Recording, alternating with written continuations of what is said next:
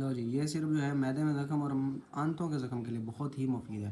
لو اس کی تفصیل ہم آپ کو اگلی ویڈیو میں کمپلیٹ ویڈیو میں بتاتے ہیں۔ السلام علیکم گائز، تو کیسے ہیں آپ لوگ؟ امید کرتا ہوں سب لوگ ٹھیک ٹھاک ہوں گے، خوش باش ہوں گے۔ میں ہوں آفتاب، آپ دیکھ رہے ہیں میرا یوٹیوب چینل میڈیکل لائف۔ تو غیظ آج جس سرپ کے بارے میں ہم بات کرنے جا رہے ہیں اس سرپ کا نام ہے السینک۔ السینک یہ اس کے استعمالات، فائدے، نقصانات کے بارے میں ہم بات کریں گے۔ کن لوگوں کو یہ سرپ یوز کرنا چاہیے، کن لوگوں کو یہ سرپ یوز نہیں کرنا چاہیے، یہ سب باتیں آج ہم اس ویڈیو میں کریں گے۔ کمپوزیشن کے بارے میں بات کریں گے۔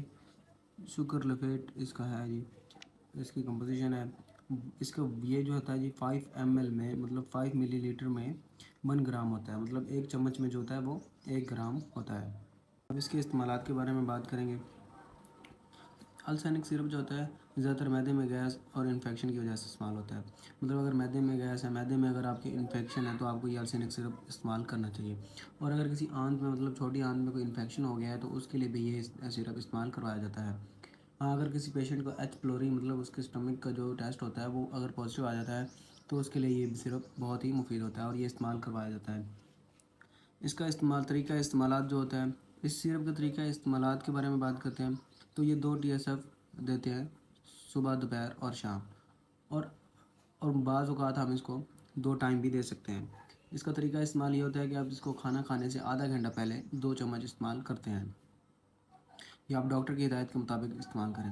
کوئی بھی میڈیسن، کوئی بھی سیرپ جو ہے وہ ڈاکٹر کی ہدایت کے مطابق ہی استعمال کریں، کسی بھی چیز کو ایسے استعمال نہ کریں۔ یہ جو ویڈیوز ہم بناتے ہیں اس کا یہ مقصد ہوتا ہے کہ آپ کو انفارمیشن دی جائے، یہ نہیں کہ ہم آپ کو ایڈوائز کر دیں۔ اب ہم بات کرنے جا رہے ہیں سائیڈ ایفیکٹس کے بارے میں۔ سرپ کے استعمال کے بعد اگر آپ کو وامٹنگ ہوتی ہے، دل خراب ہوتا ہے تو یہ اس کا سائیڈ ایفیکٹ ہے۔ قبض کا ہو جانا بھی ایک سائیڈ ایفیکٹ ہوتا ہے، چکر آنا یہ بھی ایک سائیڈ ایفیکٹ ہوتا ہے، اور زبان کا خشک ہونا بھی سائیڈ ایفیکٹ ہوتا ہے۔ اگر اس طرح کا کچھ بھی ہو تو آپ اپنے ڈاکٹر سے جا کے چیک کروائیں، ان سے مشورہ لیں۔ تو یہ تھی آج کی ویڈیو سرپ السینک پہ۔ تو مزید ایسی ویڈیوز دیکھنے کے لیے میرے چینل کو سبسکرائب کریں، لائک کریں، شیئر کر دیں۔ شکریہ، تھینک یو، اللہ حافظ، السلام علیکم۔